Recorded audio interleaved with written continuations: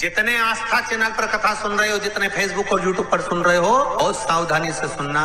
जब जीवन में कहीं समस्या खड़ी हो जाए, कहीं बहुत विकट समस्या है और कोई हल ना मिल रहा हो जाता है जीवन में कोई घड़ी ऐसी आके खड़ी हो जाती है जहां पर हमको सोचने के लिए भी समय नहीं मिलता। तब शिव महापुराण की इस पवित्र कथा में आप लोगों से कहना चाहेंगे, शुक्रवार के दिन अगर शंकर के मंदिर में जल चढ़ाया जाए तो नारी का अखंड सौभाग्य होता है। कार्तिक महीने का एक नियम बना लो, आप भी कोई सा भी एक नियम, और ध्यान देना, साल में 2 बार या 3 बार गौ माता के दूध से निर्मित, वो भी देसी गाय के द्वारा निर्मित घी दरवाजे के बाहर, अगर तुम्हारे घर में बहुत अशांति हो रही है, क्लेश हो रहा है, घर में शांति नहीं है, तो गाय के घी की एक बिंदी भी अगर दरवाजे के बाहर मात्र अशोक सुंदरी वाली जगह पर घी को लगाकर उस हाथ की बिंदी को दरवाजे पर लगा दिया जाता है तो घर में से क्लेश समाप्त हो जाता है। कभी कभी अगर ऐसा लगे जीवन में कि दुख बहुत ज्यादा आ गया है, बहुत तकलीफ आ गई है, तो लाल चंदन को घिसकर उस लाल चंदन का लेपन भगवान शंकर पर कर फिर पानी चढ़ाओ। अघोरेश्वर महादेव का नाम लेकर आप चढ़ाना प्रारंभ करिए, बाबा आपका कार्य 3 महीने के अंदर पूर्ण कर देगा सफलता। प्रयास करो,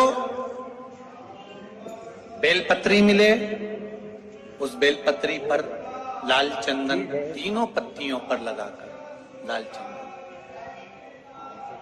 बेलपत्री के वृक्ष के नीचे समर्पित कर उसी बेलपत्री के वृक्ष के नीचे का बेलपत्र वापिस लेकर श्री शिवाय नमस्तुभ्यं बोलकर आपकी कामना कहकर भगवान शिव पर अघोरेश्वर महादेव का नाम लेकर आप चढ़ाना प्रारंभ करिए, बाबा आपका कार्य 3 महीने के अंदर पूर्ण कर देगा सफलता। अगर कोई संकट भारी है और नहीं कट रहा, जैसे किसी नारी का गर्भ नहीं ठहर रहा, 15 साल हो गए, 20 साल हो गए, 25 साल, जैसे इसने लिखा एक माता ने कि 18 साल की बेटी हो गई थी पर संतान में पुत्र नहीं, तो उसने भाव से कथा सुनी। ऐसे आपके भीतर अगर 20 साल हो गए, 25 साल हो गए, 30 साल हो गए, संतान का सुख ही नहीं है, लाल चंदन का लेपन बाबा भोलेनाथ पर करना प्रारंभ करो। पीठिका पर लाल चंदन का लेपन करना प्रारंभ करो, लाल चंदन से बाबा का श्रृंगार करना प्रारंभ करो। एक बेलपत्री पर लाल चंदन, दोनों पत्ती नीचे वाली, जो नीचे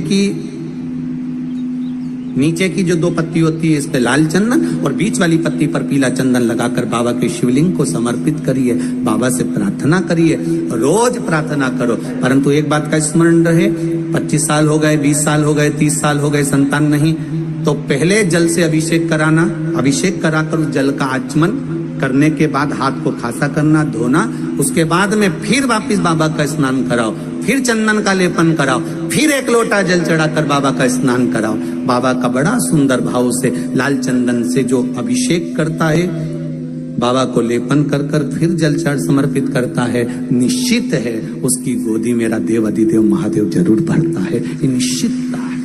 हम तो बेटियों से भी कहते हैं, जिसका विवाह नहीं हो रहा हो, 25 साल, 30 साल, 27 साल, 28 साल, 32 साल, 40 साल हो गए हो, नहीं हो रहा हो बेटा बेटी का विवाह, उसे लाल चंदन का प्रयोग अशोक सुंदरी वाली जगह पर 7 बिंदी लाल चंदन की लगाकर 7 बेलपत्र 7 बिंदी पर रखिए और महाराज अपनी कामना कर भगवान से आइए, बाबा देगा, करेगा, 3-4 महीने में विवाह पक्का करेगा। ये लाल चंदन की महत्वता है शिव तत्व।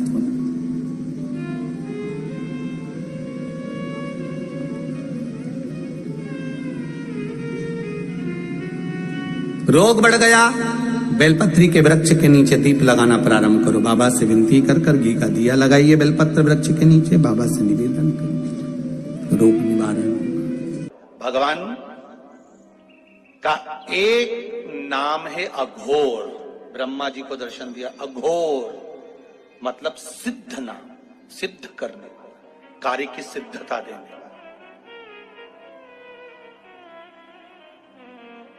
और बहुत ध्यान से सुनना भाई, नवेगांव वालों, फिर कहूंगा, अगर दिल में कोई बात है और आपकी वो कामना पूरी नहीं हो रही, बहुत प्रयास कर लिया आपने, कामना सिद्ध नहीं हो रही, 1 लोटा जल, एक जल का पात्र लीजिए उस जल के पात्र को लेकर उसमें थोड़ा सा लाल चंदन डालकर बेलपत्री के वृक्ष के नीचे और देवादिदेव महादेव को चढ़ाना प्रारंभ कर दीजिए। शिव को चढ़ाना थोड़ा सा, उसके बाद में 1 लोटा जल स्वच्छ फिर शिव जी को चढ़ाओ। शाम के समय पर दिया लगाऊंगी मैं बेलपत्री के पेड़ के नीचे, पीपल के वृक्ष के नीचे या आंवले के वृक्ष के नीचे। वहां लगाने नहीं जा सकती तो अपने दरवाजे के बाहर लगाऊंगी, तुलसी के क्यारे में लगाऊंगी। ये भी नहीं कर सकती, परिंदे पर दिया लगाऊंगी, जहां पानी का मटका हो, हंडा हो, वहां लगा दूंगी। ये भी नहीं कर सकती तो पूरे कार्तिक के महीने में दरवाजे पर मैं पानी छीटूंगी। इतना तो बना सकते हो कि अपने घर के दरवाजे पर मैं पानी छीट दूंगी, द्वार पर जल का छींटा कर दूंगी। ये भी नियम ना बने तो मैं प्रतिदिन ठाकुर जी को एक तुलसी का दल समर्पित कर दूं। श्री शिवाय नमस्तुभ्यम, सब बोलिए एक बार जमकर, श्री शिवाय नमस्तुभ्यम। प्रैक्टिकल जरूर करना, कहीं सियोर वाला महाराज झूठ तो नहीं बोल रहा। शास्त्रों की बातें हमारे जीवन में हमें सुख प्रदान करे, इसलिए इस भाव का आनंद करते हुए आज की कथा को विराम देते हैं। श्री शिवाय नमस्तुभ्यम। मेरे चैनल को सब्सक्राइब करें, बेल आइकन प्रेस करें, जिससे कि आपको लेटेस्ट वीडियो। जितने आस्था चैनल पर कथा सुन रहे हो, जितने फेसबुक और यूट्यूब पर सुन रहे हो, बहुत सावधानी से सुनना। 2 बार पशुपति व्रत कर लिए आपने, ये कर लिया आपने, प्रदोष कर लिया आपने, सोमवार कर लिया आपने, सारे अनुष्ठान कर लिए, बहुत सारे उपाय भी करे। तो शुक्रवार के दिन अगर शंकर के मंदिर में जल चढ़ाया जाए तो नारी का अखंड सौभाग्य होता है। शुक्रवार के दिन बेलपत्री के वृक्ष के नीचे बैठकर घृत का दिया लगाकर शरीर में जो रोग है उसका स्मरण कर कल करके देखना। जो बच्चा चिड़चिड़ कर रहा हो, बहुत गुस्सा कर रहा हो, बहुत गुस्सा, जो बहू चिड़चिड़ कर रही हो, जो सास चिड़चिड़ कर रही हो, भाई बंधु कुटुंब कोई चिड़चिड़ कर रहा हो, बहुत क्लेश घर में हो रहा हो, एक कटोरी में पानी लो, तुमरुका जी का नाम लो, शिव जी का नाम लेकर, तुमरुका जी का नाम लेकर थोड़ा सा पानी का आचमन करा दो। 10 मिनट 5 मिनट में एकदम चुप, लड़ी नहीं सकती, गुस्सा। लक्ष्मी सबसे ज्यादा प्रसन्न कौन से दिन होती है? जम के बोलिए जरा। शुक्रवार। तो शुक्रवार को लक्ष्मी सबसे ज्यादा प्रसन्न क्यों होती है? शिव महापुराण यहाँ तक विष्णु पुराण करती है, स्कंद पुराण वर्णन करती है, कार्तिक खंड वर्णन करता है कि तुलसी का क्यारा गोल है, चौकोर है, षडाकार का है। उसका भी प्रमाण हमारे शास्त्र में लिखा हुआ है कि अगर तुलसी का कुंड गोल है तो वो ऐश्वर्य प्राप्त करता है, तुलसी का कुंड चौकोर है तो वो वंश की वृद्धि करता है, तुलसी का कुंडा अगर षडाकृति का है, 6 फलक वाला है तो वो घर में संपदा की वृद्धि करता है। ये तुलसी के कुंड का भी प्रमाण हमारे यहाँ शास्त्र में लिखा हुआ है कि कुंडा कैसा होना चाहिए, तुलसी के कुंड की आकृति कैसी होना चाहिए। उसके प्रसन्न होने का कारण क्या था? लक्ष्मी जी के 2 भाई थे, दोनों की शादी नहीं हो रही थी, दाता और विधाता, दोनों का विवाह नहीं हो रहा।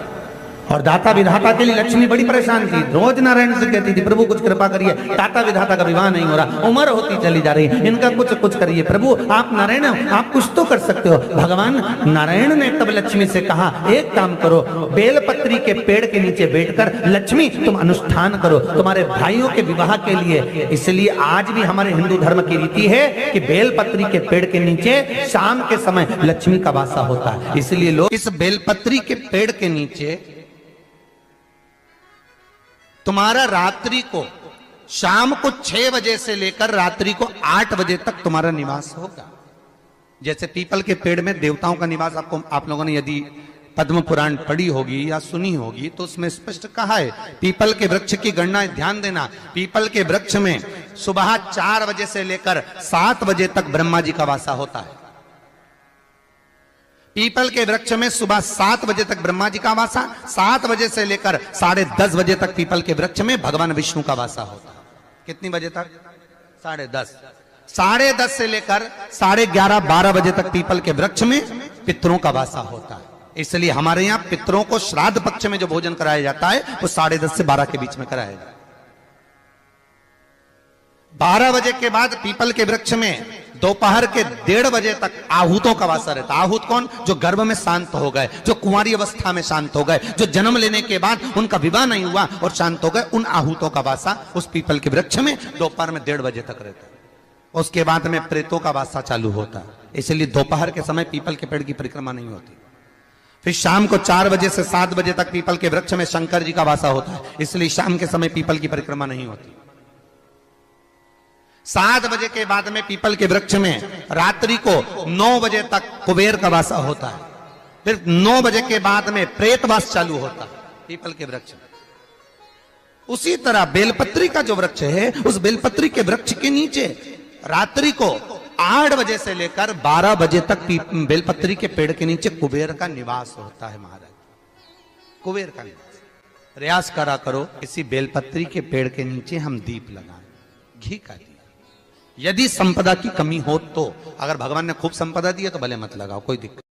महामृत्युंजय मंत्र का यदि आप जाप करते हो और आपको मालूम पड़ गया कि शरीर में मुझे ये रोग हो गया है, मुझे शुगर हो गया है, मुझे बीपी हो गया है, मेरा ब्लड प्रेशर ऊंचा नीचा रह रहा है, कोई भयंकर रोग, मेरे रिश्तेदार को कोई कैंसर जैसा रोग हो गया, किसी को कोई थायराइड हो गया, किसी को कोई किडनी और लीवर में सूजन हो गई, किसी को कहीं किडनी और लीवर में तकलीफ हो गई, तो शिव महापुराण की कथा कहती है, नवग्रह शिव महापुराण की कथा कहती है कि बेलपत्री के वृक्ष के नीचे महामृत्युंजय मंत्र का जाप जो शुक्रवार की शुक्रवार घी का दिया लगा कर करता है, उसके रोग बाबा देवाधिदेव महादेव समाप्त करते चले जाते हैं। ये संजीवनी मंत्र शुक्रवार के दिन भगवान शंकर को शुक्र को दिया था, इसलिए उसकी प्रदान। शुक्रवार के दिन बेलपत्री के वृक्ष के नीचे बैठकर घृत का दिया लगाकर शरीर में जो रोग है उसका स्मरण कर कर शंकर जी से विनय कर कर, हे भोलेनाथ, आपने शुक्र देवता को संजीवनी मंत्र दिया है, तो क्या आप मेरे को वो मंत्र प्रदान नहीं करोगे? मेरे रोग, मेरी बीमारी, मेरे दुख को आप नहीं हरोगे? शिव से कहो, ये शरीर आपने दिया है और भजन करने के लिए दिया है, स्मरण करने के लिए दिया है, कीर्तन करने के लिए दिया है, तो संभालोगे भी आप। और बेलपत्री की ओर मुख कर कर घी का दिया लगाकर महामृत्युंजय मंत्र का स्मरण कर लेने पर धीरे धीरे धीरे धीरे धीरे धीरे वो रोग समाप्ति की ओर आता चले जाता। अगर आप शंकर भगवान को एक लोटा पानी अगर शिव को समर्पित कर रहे हो, श्वेत पुष्प को रखकर शंकर जी के ऊपर सफेद फूल को चढ़ाकर अगर एक लोटा जल भी, एक पात्र जल भी शंकर को समर्पित कर रहे हो, तो ये लक्ष्मी के लिए ही तो कर रहे हो। और कौन सी लक्ष्मी? पूर्ण लक्ष्मी, पूर्ण लक्ष्मी। आपको पहले भी कथा में कहा, एक बार भगवान विष्णु के सामने लक्ष्मी मैया ने बहुत तेज स्वर में कह दिया था, नारायण, दुनिया के लोग आपका नाम जपते हैं, दुनिया के लोग नारायण नारायण कहते हैं, दुनिया के लोग आपका भजन करते हैं, पर सत्य मायने में कहूं ना तो मेरे बिना दुनिया के लोगों की नहीं चल सकती, मेरे बिना दुनिया नहीं चल सकती, संसार मेरे बिना नहीं चल सकता। भगवान विष्णु ने कहा ये तो गलत है लक्ष्मी आपका कहना। एक दिन लक्ष्मी को अहंकार आ गया, अहंकार के संबोधन जमाता लक्ष्मी कहने लगी, तो भगवान उसी समय पर भगवान विष्णु को क्रोध आ गया और भगवान विष्णु ने कह दिया, लक्ष्मी तू इतनी बड़ी बड़ी बात कहती है कि तेरे बिना नहीं रह सकती संसार? मैं तुझे कहता हूं लक्ष्मी, तू अपूर्ण है, तू अपूर्ण है, तू पूर्ण कब हो गई?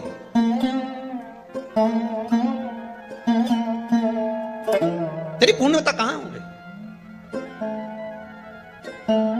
लक्ष्मी की आंख से आंसू बहने लगे, आज आपने मुझे अपूर्ण कहा। आपको मालूम है आप मुझे अपूर्ण कर रहे हो? आपको ये ज्ञात हो रहा है आप मुझे अपूर्ण कर रहे हो? भगवान कहते हैं हाँ लक्ष्मी, मैंने तुझे अपूर्ण कहा।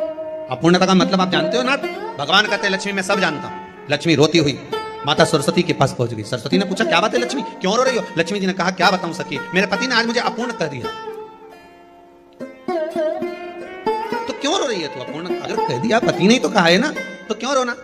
चल मेरे साथ। और सरस्वती मैया माता लक्ष्मी को लेकर सीधे पहुंच गई माता पार्वती के यहाँ।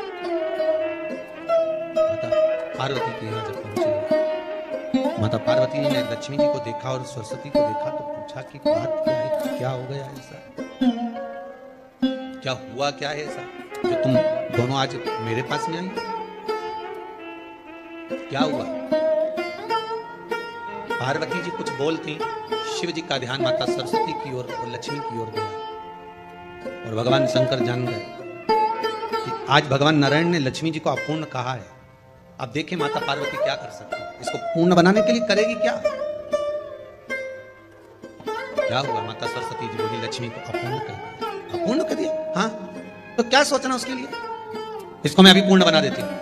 माता जगतजननी पार्वती ने गोदी में विराजमान गणेश जी को उठाया और उठाकर लक्ष्मी जी की गोद में दे दिया। ले लक्ष्मी, आज से तो पूर्ण हो गई। लक्ष्मी आज से तो पूर्ण। गोदी में जब तक संतान नहीं है तो नारी को लोग अपूर्ण समझते हैं, पर माता पार्वती जी ने संपूर्ण ब्रह्मांड में एक सिद्धता प्रदान कर दी कि अपने गोदी के लाल को, अपने गोदी के पुत्र को माता ने लक्ष्मी की गोद में देकर लक्ष्मी को पूर्ण बनाया। शिव महापुराण यहाँ तक विष्णु पुराण करती है, स्कंद पुराण वर्णन करती है, कार्तिक खंड वर्णन करता है कि तुलसी का क्यारा गोल है, चौकोर है, षडाकार का है। उसका भी प्रमाण हमारे शास्त्र में लिखा हुआ है कि अगर तुलसी का कुंड गोल है तो वो ऐश्वर्य प्राप्त करता है, तुलसी का कुंड चौकोर है तो वो वंश की वृद्धि करता है, तुलसी का कुंडा अगर षडाकृति का है, 6 फलक वाला है तो वो घर में संपदा की वृद्धि करता है। ये तुलसी के कुंड का भी प्रमाण हमारे यहाँ शास्त्र में लिखा हुआ है कि कुंडा कैसा होना चाहिए, तुलसी के कुंड की आकृति कैसी होना चाहिए, तुलसी का कुंड होना कैसा चाहिए, उसका भी प्रमाण हमारे यहाँ स्कंद पुराण में लिखा हुआ है, विष्णु पुराण में लिखा हुआ है कि आपको क्या किस रूप में चाहिए। पर जगत है ना, दुनिया के आगे हाथ फैलाओ, जाकर निवेदन करो, यहाँ वाले बाबा के पास हो या वहाँ वाले बाबा के पास हो या उसके पास हो या उसके पास हो या जगत के पास जाओगे, दुख पाओगे, रुपया खाएंगे, चूना लगाएंगे, धक्के मार कर निकाल देंगे, 2-4-8 दिन घुमाएंगे फिराएंगे, कल आना परसों आना नरसों आना, ऐसा करना वैसा करना, बाबा यही घुमाते रहेंगे और तुम्हारे धन का चूना लगाते रहेंगे। पर निवेदन है इनसे बचकर शिव की शरण में जाकर भगवान शास्त्र में जो लिखा है उसके अनुसार हम क्यों ना कर्म करें जिसका फल हम पा जाए, हम क्यों ना ऐसा कर्म करें जिसके फल को हम पा सकें, हम क्यों भ्रमित हुए। हमारे यहाँ तुलसी के कुंड का भी विधान है, गोल कुंडा है ऐश्वर्य देगा, चौकोर कुंडा है। आप लोग कई बार देखे होंगे किसी किसी के यहाँ चौकोर तुलसी का क्यारा होता है, कुंडा होता है, वो वंश बड़ा, षडाकृति का है, वो धन देता है, संपदा देता है। दोष हमारा है, हम तुलसी के कुंडे के नीचे शंकर जी को रख देते हैं, क्यों कि यहीं तुलसी जी को पानी चढ़ाएंगे, यहीं शंकर जी को चढ़ा देंगे, दोष। तुलसी के कुंड के नीचे हम सर्पदेव को रख देते हैं, नाग देवता रख देते हैं, पानी चढ़ाएंगे, पात्री रख देते हैं, नहीं, इसका दोष हम सबको स्वयं अगर गलती करते हैं तो स्वयं को कैसा कुंड हो। 7 तरह के कुंडों का व्याख्यान तुलसी के रूप में कहा गया है। पहला गोल, दूसरा चौकोर, तीसरा षडाकृति, चौथा त्रिवेणी, 3 कोने वाला कुंडा। शास्त्र कहता है जिसके मार्ग घर में टुकड़े हो रहे हो, घर विभाजन की ओर हो रहा हो, तो 3 कोण का कुंडा घर में रखकर पूजा करने पर परिवार एक हो जाता है। 5वां, गार्डन में बिना कुंडे का, बिना कुंड का जो तुलसी का पौधा रोपित होता है, बिना कुंड के एक बगीचा जैसा बो दिया जाता है, तुलसी तुलसी उत्पन्न हो जाती है। महाराज वहां पर संपदा तो रहती है पर चिंता बहुत रहती है, टेंशन बहुत रहती है। क्यों?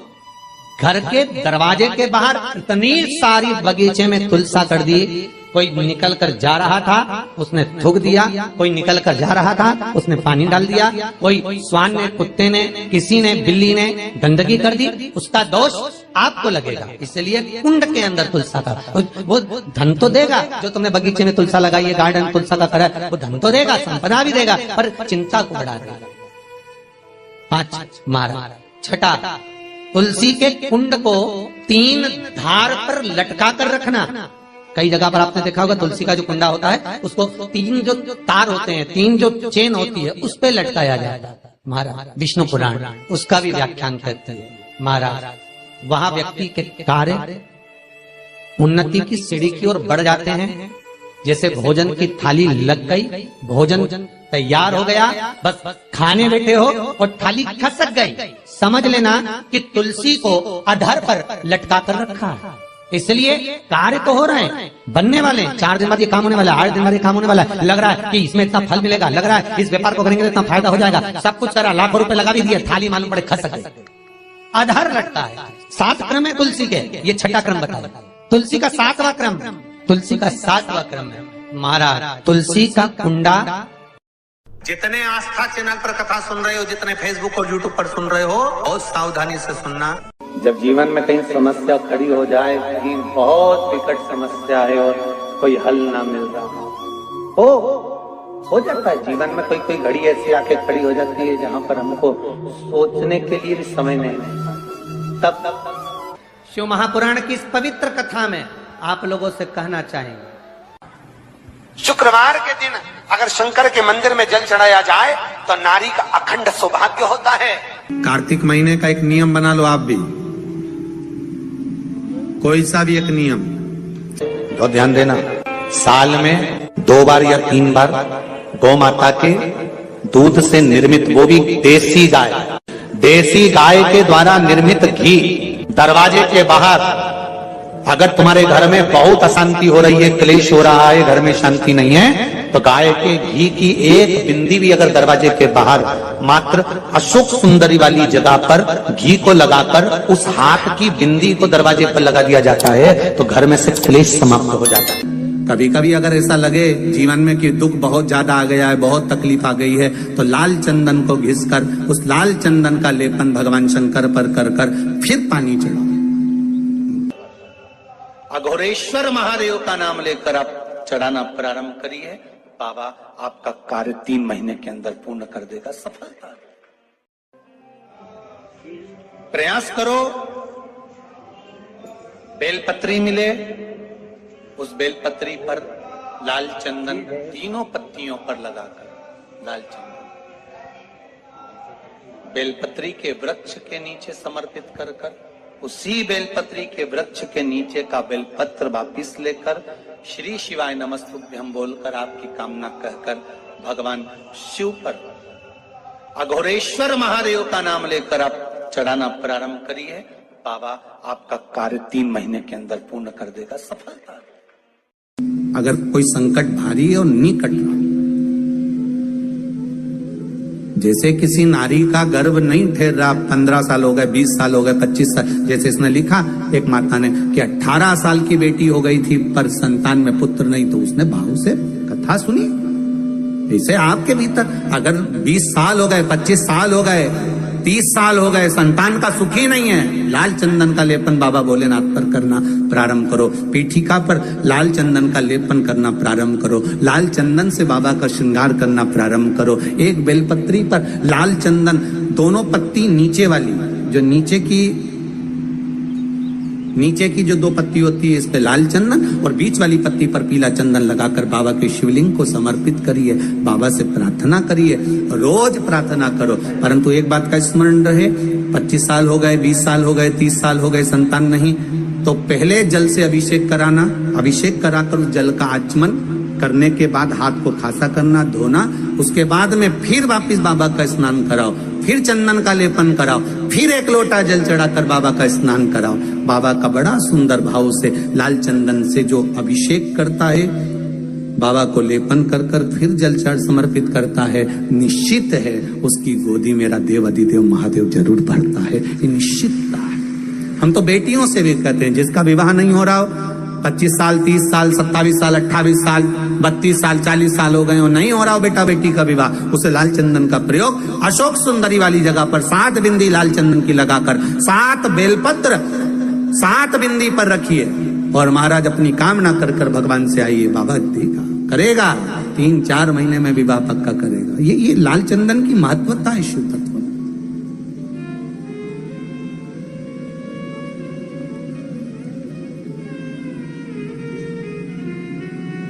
रोग बढ़ गया, बेलपत्री के वृक्ष के नीचे दीप लगाना प्रारंभ करो, बाबा से विनती कर घी का दिया लगाइए बेलपत्र वृक्ष के नीचे, बाबा से निवेदन करो, रोग निवारण। भगवान का एक नाम है अघोर, ब्रह्मा जी को दर्शन दिया, अघोर मतलब सिद्ध नाम, सिद्ध करने, कार्य की सिद्धता देने। और बहुत ध्यान से सुनना भाई, नवेगांव वालों, फिर कहूंगा, अगर दिल में कोई बात है और आपकी वो कामना पूरी नहीं हो रही, बहुत प्रयास कर लिया आपने, कामना सिद्ध नहीं हो रही, 1 लोटा जल, एक जल का पात्र लीजिए, उस जल के पात्र को लेकर उसमें थोड़ा सा लाल चंदन डालकर बेलपत्री के वृक्ष के नीचे और देवादिदेव महादेव को चढ़ाना प्रारंभ कर दीजिए, शिव को चढ़ाना, थोड़ा सा उसके बाद में 1 लोटा जल स्वच्छ फिर शिव जी को चढ़ाओ। शाम के समय पर दिया लगाऊंगी मैं बेलपत्री के पेड़ के नीचे, पीपल के वृक्ष के नीचे या आंवले के वृक्ष के नीचे। वहां लगाने नहीं जा सकती तो अपने दरवाजे के बाहर लगाऊंगी, तुलसी के क्यारे में लगाऊंगी। ये भी नहीं कर सकती, परिंदे पर दिया लगाऊंगी, जहां पानी का मटका हो, हंडा हो, वहां लगा दूंगी। ये भी नहीं कर सकती तो पूरे कार्तिक के महीने में दरवाजे पर मैं पानी छीटूंगी।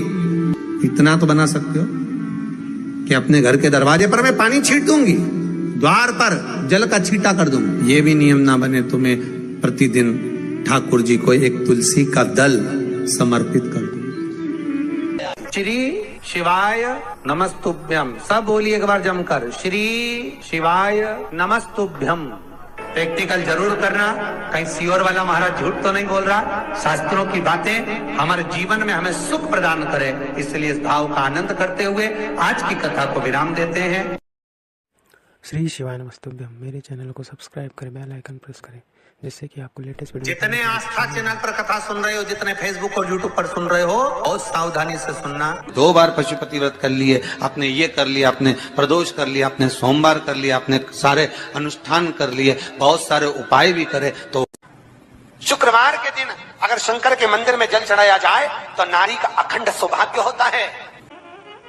शुक्रवार के दिन बेलपत्री के वृक्ष के नीचे बैठकर घृत का दिया लगाकर शरीर में जो रोग है उसका स्मरण कर कल करके देखना। जो बच्चा चिड़चिड़ कर रहा हो, बहुत गुस्सा कर रहा हो, बहुत गुस्सा, जो बहू चिड़चिड़ कर रही हो, जो सास चिड़चिड़ कर रही हो, भाई बंधु कुटुंब कोई चिड़चिड़ कर रहा हो, बहुत क्लेश घर में हो रहा हो, एक कटोरी में पानी लो, तुमरुका जी का नाम लो, शिव जी का नाम लेकर, तुमरुका जी का नाम लेकर थोड़ा सा पानी का आचमन करा दो। 10 मिनट 5 मिनट में एकदम चुप, लड़ी नहीं सकती, गुस्सा। लक्ष्मी सबसे ज्यादा प्रसन्न कौन से दिन होती है? जम के बोलिए जरा। शुक्रवार।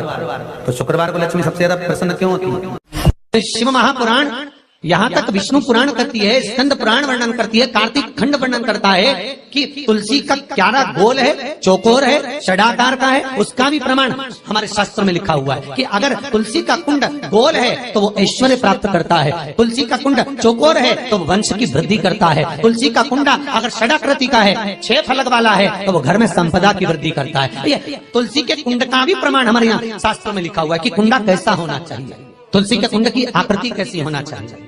उसका प्रसन्न होने का कारण क्या था?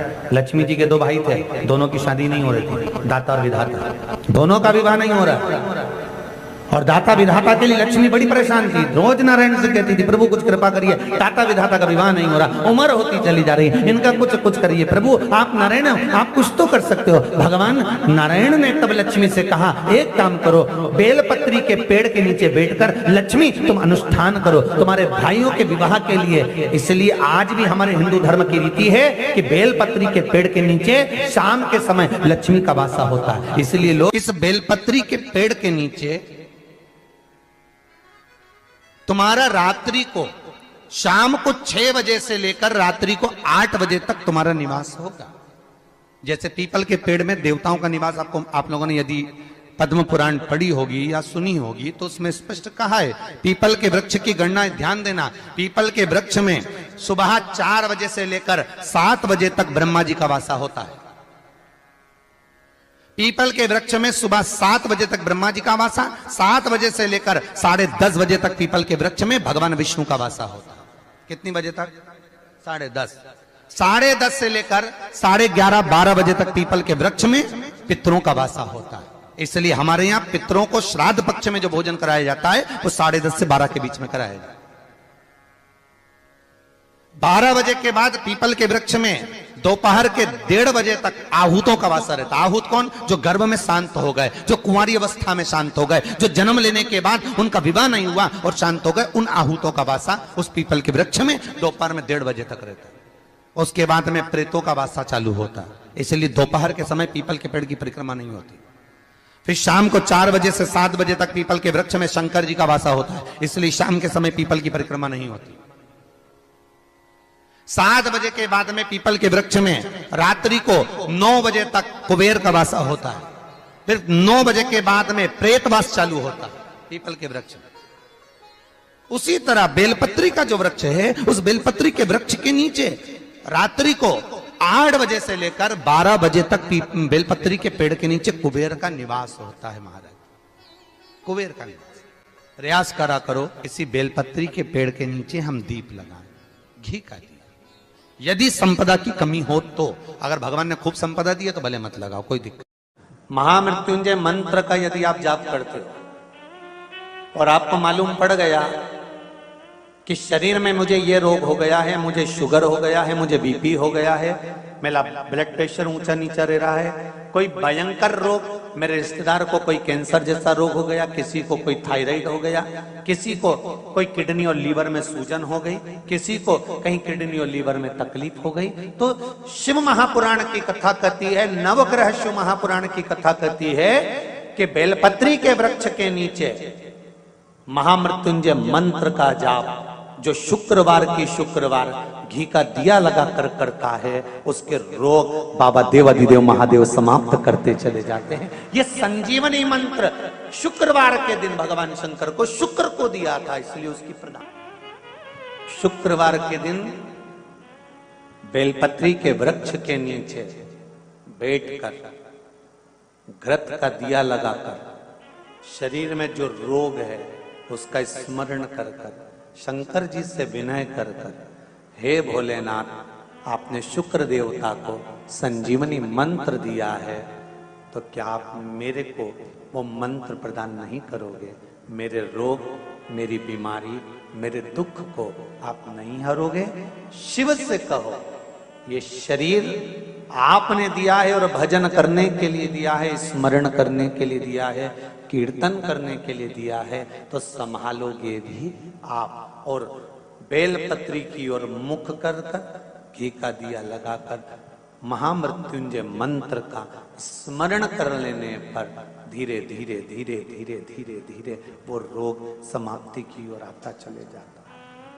अगर आप शंकर भगवान को एक लोटा पानी अगर शिव को समर्पित कर रहे हो, श्वेत पुष्प को रखकर शंकर जी के ऊपर सफेद फूल को चढ़ाकर अगर एक लोटा जल भी, एक पात्र जल भी शंकर को समर्पित कर रहे हो, तो ये लक्ष्मी के लिए ही तो कर रहे हो। और कौन सी लक्ष्मी? पूर्ण लक्ष्मी, पूर्ण लक्ष्मी। आपको पहले भी कथा में कहा, एक बार भगवान विष्णु के सामने लक्ष्मी मैया ने बहुत तेज स्वर में कह दिया था, नारायण, दुनिया के लोग आपका नाम जपते हैं, दुनिया के लोग नारायण नारायण कहते हैं, दुनिया के लोग आपका भजन करते हैं, पर सत्य मायने में कहूं ना तो मेरे बिना दुनिया के लोगों की नहीं चल सकती, मेरे बिना दुनिया नहीं चल सकती, संसार मेरे बिना नहीं चल सकता। भगवान विष्णु ने कहा ये तो गलत है लक्ष्मी आपका कहना। एक दिन लक्ष्मी को अहंकार आ गया, अहंकार के संबोधन जमाता लक्ष्मी कहने लगी, तो भगवान उसी समय पर भगवान विष्णु को क्रोध आ गया और भगवान विष्णु ने कह दिया, लक्ष्मी तू इतनी बड़ी बड़ी बात कहती है कि तेरे बिना नहीं रह सकती संसार? मैं तुझे कहता हूं लक्ष्मी, तू अपूर्ण है, तू अपूर्ण है, तू पूर्ण कब हो गई?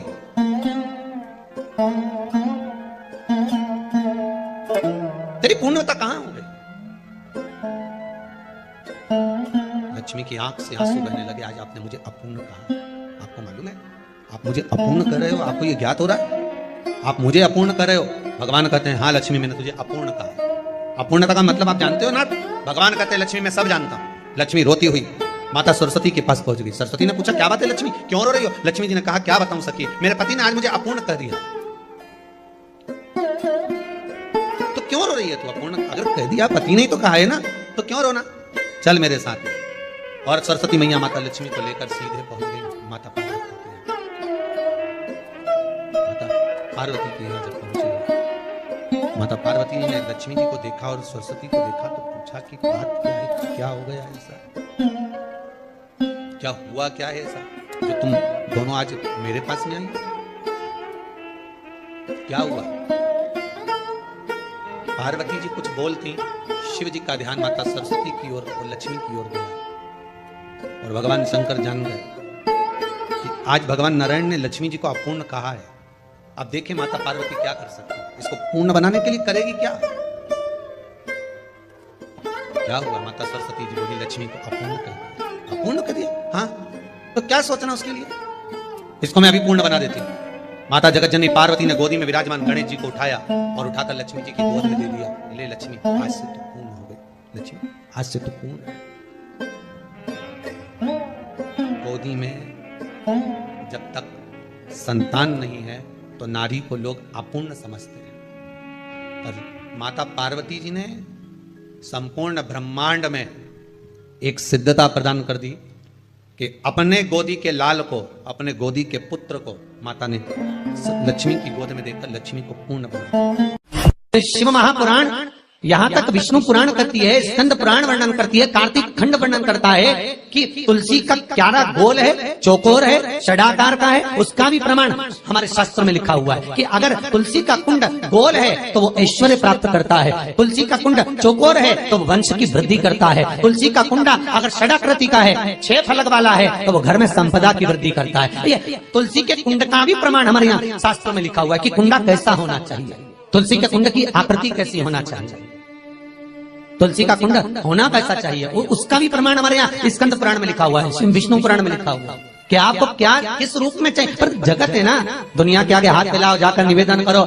यहाँ वाले बाबा के पास हो या वहाँ वाले बाबा के पास हो या उसके पास हो या उसके पास हो या जगत के पास जाओगे, दुख पाओगे, रुपया खाएंगे, चूना लगाएंगे, धक्के मारकर निकाल देंगे, 2-4-8 दिन घुमाएंगे फिराएंगे, कल आना परसों आना नरसों आना, ऐसा करना वैसा करना, बस बाबा यही घुमाते रहेंगे और तुम्हारे धन का चूना लगाते रहेंगे। पर निवेदन है इनसे बचकर शिव की शरण में जाकर भगवान शास्त्र में जो लिखा है उसके अनुसार हम क्यों ना कर्म करें जिसका फल हम पा जाएं।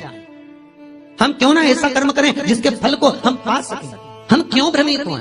हमारे यहाँ तुलसी के कुंड का भी विधान है। गोल कुंडा है ऐश्वर्य देगा, चौकोर कुंडा है।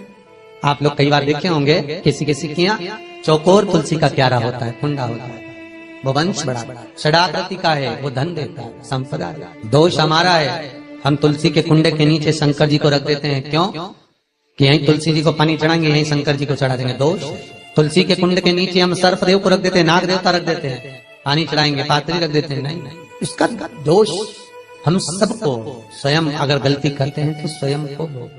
कैसा कुंड हो, 7 तरह के कुंडों का व्याख्यान तुलसी के रूप में कहा गया है। पहला गोल, दूसरा चौकोर, तीसरा षडाकृति, चौथा त्रिवेणी, 3 कोने वाला कुंडा। शास्त्र कहता है जिसके मार्ग घर में टुकड़े हो रहे हो, घर विभाजन की ओर हो रहा हो, तो 3 कोण का कुंडा घर में रखकर पूजा करने पर परिवार एक हो जाता है। 5वां, गार्डन में बिना कुंडे का, बिना कुंड का जो तुलसी का पौधा रोपित होता है, बिना कुंड के एक बगीचा जैसा बो दिया जाता है, तुलसी तुलसी उत्पन्न हो जाती है। महाराज वहां पर संपदा तो रहती है पर चिंता बहुत रहती है, टेंशन बहुत रहती। क्यों? घर के दरवाजे के बाहर इतनी सारी बगीचे में तुलसा कर दी। कोई निकल कर जा रहा था उसने थूक दिया, कोई निकल कर जा रहा था उसने पानी डाल दिया, कोई श्वान ने, कुत्ते ने, किसी ने, बिल्ली ने गंदगी कर दी, उसका दोष आपको लगेगा। इसलिए कुंड के अंदर तुलसा का वो धन तो देगा, जो तुमने बगीचे में तुलसा लगाई है, गार्डन तुलसा का करा, वो धन तो देगा, संपदा भी देगा, पर चिंता को बढ़ा देगा। 5 मारा। 6, तुलसी के कुंड को 3 धार पर लटका कर रखना। कई जगह पर आपने देखा होगा तुलसी का जो कुंडा होता है उसको 3 जो तार होते हैं, 3 जो चेन होती है, उस पे लटकाया जाता है। महाराज विष्णु पुराण उसका भी व्याख्यान करते हैं। महाराज वहां व्यक्ति के कार्य उन्नति की सीढ़ी की ओर बढ़ जाते हैं। जैसे भोजन की थाली लग गई, भोजन तैयार हो गया, बस खाने बैठे हो और थाली खसक गई, समझ लेना कि तुलसी को अधर पर लटका कर रखा है। इसलिए कार्य तो हो रहे हैं, बनने वाले, 4 दिन बाद ये काम होने वाला है, 8 दिन बाद ये काम होने वाला है, लग रहा है कि इसमें इतना फल मिलेगा, लग रहा है इस व्यापार को करेंगे तो इतना फायदा हो जाएगा, सब कुछ करा, लाखों रुपए लगा भी दिए, थाली मालूम पड़े खसक गई, अधर लटका है। 7 क्रम है तुलसी के, ये 6ठा क्रम बताया। तुलसी का 7वां क्रम, तुलसी का 7वां क्रम है। महाराज तुलसी का कुंडा। जितने आस्था चैनल पर कथा सुन रहे हो, जितने फेसबुक और यूट्यूब पर सुन रहे हो, बहुत सावधानी से सुनना। जब जीवन में कहीं समस्या खड़ी हो जाए, कहीं बहुत विकट समस्या है और कोई हल ना मिल रहा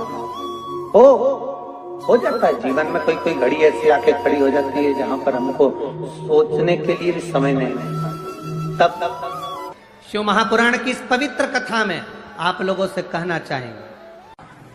शुक्रवार के दिन अगर शंकर के मंदिर में जल चढ़ाया जाए तो नारी का अखंड सौभाग्य होता है। कार्तिक महीने का एक नियम बना लो आप भी, कोई सा भी एक नियम। और ध्यान देना, साल में 2 बार या 3 बार गौ माता के दूध से निर्मित, वो भी देसी गाय के द्वारा निर्मित घी, दरवाजे के बाहर अगर तुम्हारे घर में बहुत अशांति हो रही है, क्लेश हो रहा है, घर में शांति नहीं है, तो गाय के घी की एक बिंदी भी अगर दरवाजे के बाहर मात्र अशोक सुंदरी वाली जगह पर घी को लगाकर उस हाथ की बिंदी को दरवाजे पर लगा दिया जाता है तो घर में से क्लेश समाप्त हो जाता है। कभी कभी अगर ऐसा लगे जीवन में कि दुख बहुत ज्यादा आ गया है, बहुत तकलीफ आ गई है, तो लाल चंदन को घिसकर उस लाल चंदन का लेपन भगवान शंकर पर कर फिर पानी चढ़ाओ। अघोरेश्वर महादेव का नाम लेकर आप चढ़ाना प्रारंभ करिए, बाबा आपका कार्य 3 महीने के अंदर पूर्ण कर देगा। सफलता प्रयास करो, बेलपत्री मिले, उस बेलपत्री पर लाल चंदन 3 पत्तियों पर लगाकर लाल चंदन बेलपत्री के वृक्ष के नीचे समर्पित कर उसी बेलपत्री के वृक्ष के नीचे का बेलपत्र वापिस लेकर श्री शिवाय नमस्तुभ्यं बोलकर आपकी कामना कहकर भगवान शिव पर अघोरेश्वर महादेव का नाम लेकर आप चढ़ाना प्रारंभ करिए, बाबा आपका कार्य 3 महीने के अंदर पूर्ण कर देगा। सफलता अगर कोई संकट भारी है और नहीं कट रहा, जैसे किसी नारी का गर्भ नहीं ठहर रहा, 15 साल हो गए, 20 साल हो गए, 25 साल, जैसे इसने लिखा एक माता ने कि 18 साल की बेटी हो गई थी पर संतान में पुत्र नहीं, तो उसने भाव से कथा सुनी। ऐसे आपके भीतर अगर 20 साल हो गए, 25 साल हो गए, 30 साल हो गए, संतान का सुख ही नहीं है, लाल चंदन का लेपन बाबा भोलेनाथ पर करना प्रारंभ करो। पीठिका पर लाल चंदन का लेपन करना प्रारंभ करो, लाल चंदन से बाबा का श्रृंगार करना प्रारंभ करो। एक बेलपत्री पर लाल चंदन, दोनों पत्ती नीचे वाली, जो नीचे की जो 2 पत्ती होती है इस पे लाल चंदन, और बीच वाली पत्ती पर पीला चंदन लगाकर बाबा के शिवलिंग को समर्पित करिए, बाबा से प्रार्थना करिए, रोज प्रार्थना करो। परंतु एक बात का स्मरण रहे, 25 साल हो गए, 20 साल हो गए, 30 साल हो गए, संतान नहीं, तो पहले जल से अभिषेक कराना, अभिषेक कराकर उस जल का आचमन करने के बाद हाथ को खासा करना, धोना, उसके बाद में फिर वापिस बाबा का स्नान कराओ, फिर चंदन का लेपन कराओ, फिर 1 लोटा जल चढ़ाकर बाबा का स्नान कराओ। बाबा का बड़ा सुंदर भाव से लाल चंदन से जो अभिषेक करता है, बाबा को लेपन कर फिर जल चढ़ समर्पित करता है, निश्चित है उसकी गोदी मेरा देव अधिदेव महादेव जरूर भरता है, ये निश्चितता है। हम तो बेटियों से भी कहते हैं, जिसका विवाह नहीं हो रहा हो, 25 साल, 30 साल, 27 साल, 28 साल, 32 साल, 40 साल हो गए हो, नहीं हो रहा हो बेटा बेटी का विवाह, उसे लाल चंदन का प्रयोग अशोक सुंदरी वाली जगह पर 7 बिंदी लाल चंदन की लगाकर 7 बेलपत्र 7 बिंदी पर रखिए और महाराज अपनी कामना कर भगवान से आइए, बाबा देगा, करेगा, 3-4 महीने में विवाह पक्का करेगा। ये लाल चंदन की महत्वता है शिव तत्व।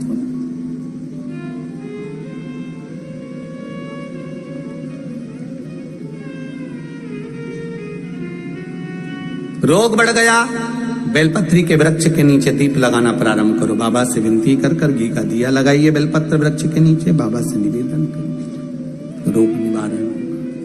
भगवान का एक नाम है अघोर, ब्रह्मा जी को दर्शन दिया, अघोर मतलब सिद्ध नाम, सिद्ध करने, कार्य की सिद्धता देने।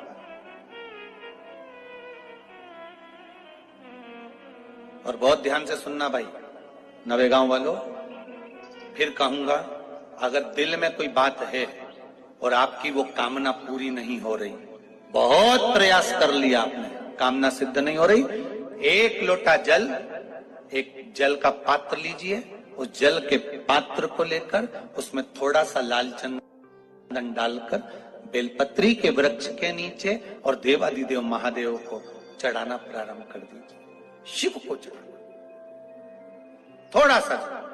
उसके बाद में 1 लोटा जल स्वच्छ फिर शिव जी को चढ़ाओ।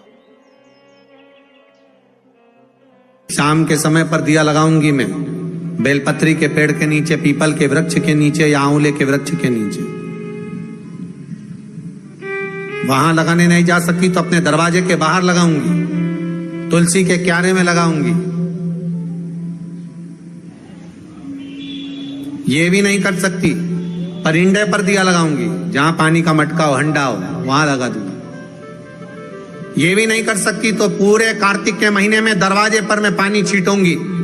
इतना तो बना सकते हो कि अपने घर के दरवाजे पर मैं पानी छीट दूंगी, द्वार पर जल का छींटा कर दूंगी। ये भी नियम ना बने तो मैं प्रतिदिन ठाकुर जी को एक तुलसी का दल समर्पित कर दूं। श्री शिवाय नमस्तुभ्यम, सब बोलिए एक बार जमकर, श्री शिवाय नमस्तुभ्यम। प्रैक्टिकल जरूर करना, कहीं सियोर वाला महाराज झूठ तो नहीं बोल रहा। शास्त्रों की बातें हमारे जीवन में हमें सुख प्रदान करे, इसलिए इस भाव का आनंद करते हुए आज की कथा को विराम देते हैं। श्री शिवाय नमस्तुभ्यम। मेरे चैनल को सब्सक्राइब करें, बेल आइकन प्रेस करें, जिससे कि आपको लेटेस्ट वीडियो। जितने आस्था चैनल पर कथा सुन रहे हो, जितने फेसबुक और यूट्यूब पर सुन रहे हो, बहुत सावधानी से सुनना। 2 बार पशुपति व्रत कर लिए, आपने ये कर लिया, आपने प्रदोष कर लिया, आपने सोमवार कर लिया, आपने सारे अनुष्ठान कर लिए, बहुत सारे उपाय भी करे, तो शुक्रवार के दिन अगर शंकर के मंदिर में जल चढ़ाया जाए तो नारी का अखंड सौभाग्य होता है।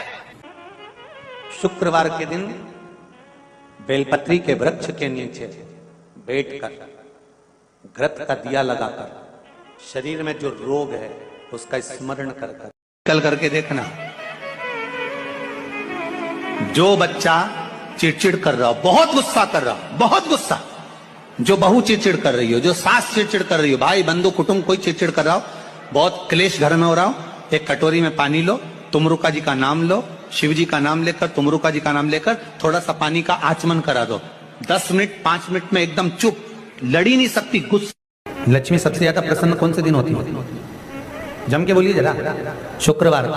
तो शुक्रवार को लक्ष्मी सबसे ज्यादा प्रसन्न क्यों होती है? शिव महापुराण यहाँ तक विष्णु पुराण करती है, स्कंद पुराण वर्णन करती है, कार्तिक खंड वर्णन करता है कि तुलसी का क्यारा गोल है, चौकोर है, षडाकार का है। उसका भी प्रमाण हमारे शास्त्र में लिखा हुआ है कि अगर तुलसी का कुंड गोल है तो वो ऐश्वर्य प्राप्त करता है, तुलसी का कुंड चौकोर है तो वो वंश की वृद्धि करता है, तुलसी का कुंडा अगर षडाकृति का है, 6 फलक वाला है तो वो घर में संपदा की वृद्धि करता है। तुलसी के कुंड का भी प्रमाण हमारे यहाँ शास्त्र में लिखा हुआ है कि कुंडा कैसा होना चाहिए, तुलसी के कुंड की आकृति कैसी होना चाहिए। उसके प्रसन्न होने का कारण क्या था? लक्ष्मी जी के 2 भाई थे, दोनों की शादी नहीं हो रही थी, दाता और विधाता, दोनों का विवाह नहीं हो रहा।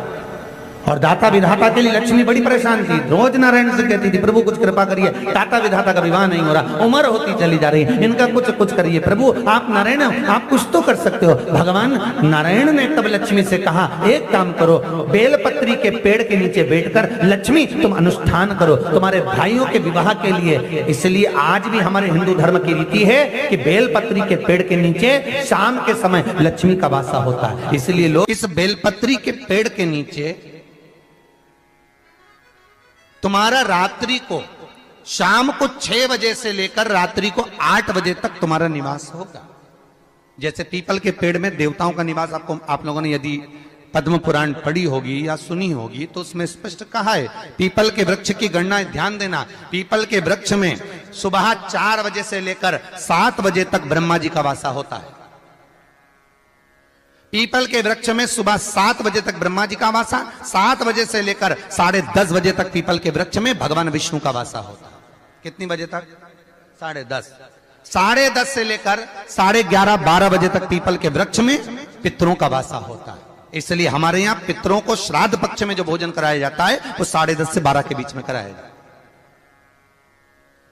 12 बजे के बाद पीपल के वृक्ष में दोपहर के 1:30 बजे तक आहूतों का वासा रहता है। आहूत कौन? जो गर्भ में शांत हो गए, जो कुंवारी अवस्था में शांत हो गए, जो जन्म लेने के बाद उनका विवाह नहीं हुआ और शांत हो गए, उन आहूतों का वासा उस पीपल के वृक्ष में दोपहर में 1:30 बजे तक रहता है।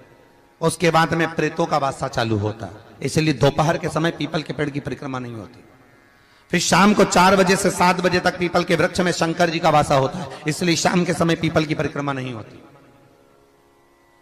7 बजे के बाद में पीपल के वृक्ष में रात्रि को 9 बजे तक कुबेर का वासा होता है। फिर 9 बजे के बाद में प्रेतवास चालू होता है पीपल के वृक्ष में।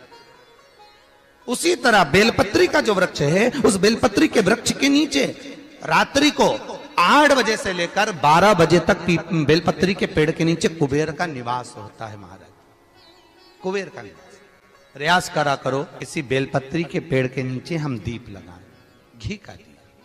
यदि संपदा की कमी हो तो, अगर भगवान ने खूब संपदा दी है तो भले मत लगाओ, कोई दिक्कत।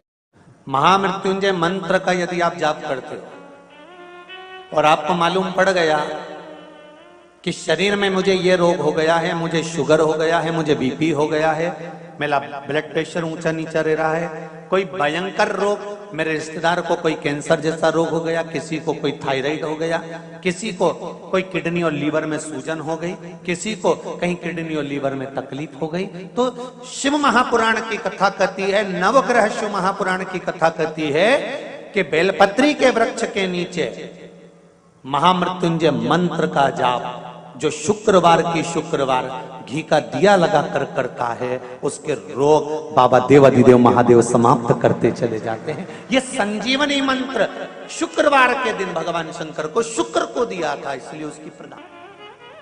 शुक्रवार के दिन बेलपत्री के वृक्ष के नीचे बैठकर घृत का दिया लगाकर शरीर में जो रोग है उसका स्मरण कर कर शंकर जी से विनय कर कर, हे भोलेनाथ, आपने शुक्र देवता को संजीवनी मंत्र दिया है, तो क्या आप मेरे को वो मंत्र प्रदान नहीं करोगे?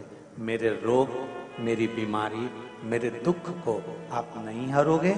शिव से कहो, ये शरीर आपने दिया है और भजन करने के लिए दिया है, स्मरण करने के लिए दिया है, कीर्तन करने के लिए दिया है, तो संभालोगे भी आप। और बेलपत्री की ओर मुख कर कर घी का दिया लगाकर महामृत्युंजय मंत्र का स्मरण कर लेने पर धीरे धीरे धीरे धीरे धीरे धीरे वो रोग समाप्ति की ओर आता चले जाता है।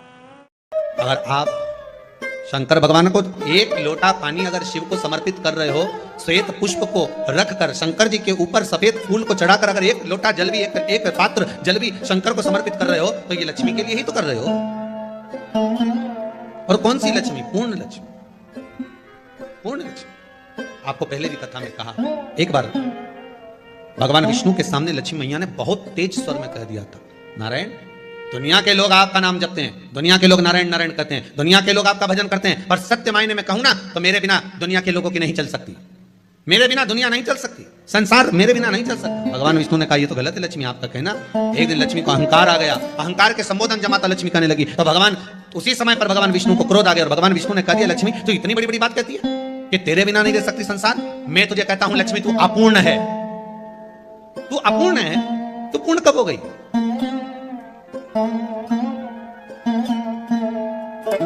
तेरी पूर्णता कहां हो गई? लक्ष्मी की आंख से आंसू बहने लगे, आज आपने मुझे अपूर्ण कहा। आपको मालूम है आप मुझे अपूर्ण कर रहे हो? आपको ये ज्ञात हो रहा है आप मुझे अपूर्ण कर रहे हो? भगवान कहते हैं हाँ लक्ष्मी मैंने तुझे अपूर्ण कहा। अपूर्णता का मतलब आप जानते हो ना? भगवान कहते हैं लक्ष्मी मैं सब जानता हूं।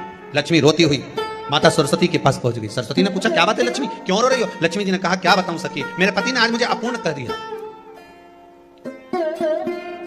तो क्यों रो रही है तू? अपूर्ण अगर कह दिया, पति ने तो कहा है ना, तो क्यों रोना? चल मेरे साथ। और सरस्वती मैया माता लक्ष्मी को लेकर सीधे पहुंच गई माता पार्वती के यहाँ। माता पार्वती के यहाँ जब पहुंची, माता पार्वती ने लक्ष्मी जी को देखा और सरस्वती को देखा तो पूछा कि बात क्या है, क्या हो गया ऐसा, क्या हुआ, क्या है ऐसा जो तुम दोनों आज मेरे पास में आई? क्या हुआ? पार्वती जी कुछ बोलती, शिव जी का ध्यान माता सरस्वती की ओर और लक्ष्मी की ओर गया और भगवान शंकर जान गए कि आज भगवान नारायण ने लक्ष्मी जी को अपूर्ण कहा है। अब देखें माता पार्वती क्या कर सकती है, इसको पूर्ण बनाने के लिए करेगी क्या? क्या हुआ? माता सरस्वती जी बोली लक्ष्मी को अपूर्ण कर दिया। अपूर्ण कर दिया? हाँ, तो क्या सोचना उसके लिए, इसको मैं अभी पूर्ण बना देती हूँ। माता जगत जननी पार्वती ने गोदी में विराजमान गणेश जी को उठाया और उठाकर लक्ष्मी जी की गोद में दे दिया। ले लक्ष्मी, आज से तो पूर्ण हो गई। लक्ष्मी आज से तो पूर्ण। गोदी में जब तक संतान नहीं है तो नारी को लोग अपूर्ण समझते हैं। पर माता पार्वती जी ने संपूर्ण ब्रह्मांड में एक सिद्धता प्रदान कर दी कि अपने गोदी के लाल को, अपने गोदी के पुत्र को माता ने लक्ष्मी की गोद में देकर लक्ष्मी को पूर्ण बनाया। शिव महापुराण यहाँ तक विष्णु पुराण करती है, स्कंद पुराण वर्णन करती है, कार्तिक खंड वर्णन करता है कि तुलसी का क्यारा गोल है, चौकोर है, षडाकार का है। उसका भी प्रमाण हमारे शास्त्र में लिखा हुआ है कि अगर तुलसी का कुंड गोल है तो वो ऐश्वर्य प्राप्त करता है, तुलसी का कुंड चौकोर है तो वो वंश की वृद्धि करता है, तुलसी का कुंडा अगर षडाकृति का है, 6 फलक वाला है तो वो घर में संपदा की वृद्धि करता है। ये तुलसी के कुंड का भी प्रमाण हमारे यहाँ शास्त्र में लिखा हुआ है कि कुंडा कैसा होना चाहिए, तुलसी के कुंड की आकृति कैसी होना चाहिए, तुलसी का कुंड होना कैसा चाहिए, उसका भी प्रमाण हमारे यहाँ स्कंद पुराण में लिखा हुआ है, विष्णु पुराण में लिखा हुआ है कि आपको क्या किस रूप में चाहिए। पर जगत है ना, दुनिया के आगे हाथ फैलाओ, जाकर निवेदन करो, यहाँ वाले बाबा के पास हो या वहाँ वाले बाबा के पास हो या उसके पास हो या उसके पास हो या जगत के पास जाओगे दुख पाओगे, रुपया खाएंगे, चूना लगाएंगे, धक्के मार कर निकाल देंगे, 2-4-8 दिन घुमाएंगे फिराएंगे, कल आना परसों आना नरसों आना, ऐसा करना वैसा करना, बाबा यही घुमाते रहेंगे और तुम्हारे धन का चूना लगाते रहेंगे। पर निवेदन है इनसे बचकर शिव की शरण में जाकर भगवान शास्त्र में जो लिखा है उसके अनुसार हम क्यों ना कर्म करें जिसका फल हम पा जाएं, हम क्यों ना ऐसा कर्म करें जिसके फल को हम पा सकें, हम क्यों भ्रमित हुए। हमारे यहाँ तुलसी के कुंड का भी विधान है, गोल कुंडा है ऐश्वर्य देगा, चौकोर कुंडा है। आप लोग कई बार देखे होंगे किसी किसी के यहाँ चौकोर तुलसी का क्यारा होता है, कुंडा होता है, वो वंश बड़ा, षडाकृति का है, वो धन देता है, संपदा। दोष हमारा है, हम तुलसी के कुंडे के नीचे शंकर जी को रख देते हैं, क्यों कि यहीं तुलसी जी को पानी चढ़ाएंगे, यहीं शंकर जी को चढ़ा देंगे। दोष तुलसी के कुंड के नीचे हम सर्पदेव को रख देते हैं, नाग देवता रख देते हैं, पानी चढ़ाएंगे, पात्री रख देते हैं, नहीं, इसका दोष हम सबको स्वयं अगर गलती करते हैं तो स्वयं को। कैसा कुंड हो, 7 तरह के कुंडों का व्याख्यान तुलसी के रूप में कहा गया है। पहला गोल, दूसरा चौकोर, तीसरा षडाकृति, चौथा त्रिवेणी, 3 कोने वाला कुंडा। शास्त्र कहता है जिसके मार्ग घर में टुकड़े हो रहे हो, घर विभाजन की ओर हो रहा हो, तो 3 कोण का कुंडा घर में रखकर पूजा करने पर परिवार एक हो जाता है। 5वां, गार्डन में बिना कुंडे का, बिना कुंड का जो तुलसी का पौधा रोपित होता है, बिना कुंड के एक बगीचा जैसा बो दिया जाता है, तुलसी तुलसी उत्पन्न हो जाती है। महाराज वहां पर संपदा तो रहती है पर चिंता बहुत रहती है, टेंशन बहुत रहती है। क्यों? घर के दरवाजे के बाहर इतनी सारी बगीचे में तुलसा कर दी, कोई निकल कर जा रहा था उसने थूक दिया, कोई निकल कर जा रहा था उसने पानी डाल दिया, कोई स्वान ने, कुत्ते ने, किसी ने, बिल्ली ने गंदगी कर दी, उसका दोष आपको लगेगा। इसलिए कुंड के अंदर तुलसा का वो धन तो देगा, जो तुमने बगीचे में तुलसा लगाई है, गार्डन तुलसा का करा, वो धन तो देगा, संपदा भी देगा, पर चिंता को बढ़ा देगा। 5 मारा। छठा, तुलसी के कुंड को 3 धार पर लटका कर रखना। कई जगह पर आपने देखा होगा तुलसी का जो कुंडा होता है उसको 3 जो तार होते हैं, 3 जो चेन होती है उस पे लटकाया जाता है। महाराज विष्णु पुराण उसका भी व्याख्यान करते हैं। महाराज वहां व्यक्ति के कार्य उन्नति की सीढ़ी की ओर बढ़ जाते हैं। जैसे भोजन की थाली लग गई, भोजन तैयार हो गया, बस खाने बैठे हो और थाली खसक गई, समझ लेना कि तुलसी को अधर पर लटका कर रखा है। इसलिए कार्य तो हो रहे हैं, बनने वाले हैं, 4 दिन बाद ये काम होने वाला है, 8 दिन बाद ये काम होने वाला है, लग रहा है कि इसमें इतना फल मिलेगा, लग रहा है इस व्यापार को करेंगे तो इतना फायदा हो जाएगा, सब कुछ करा, लाखों रुपए लगा भी दिए, थाली मालूम पड़े खसक गई, अधर लटका है। 7 क्रम है तुलसी के, ये 6ठा क्रम बताया। तुलसी का 7वां क्रम, तुलसी का 7वां क्रम है। महाराज तुलसी का कुंडा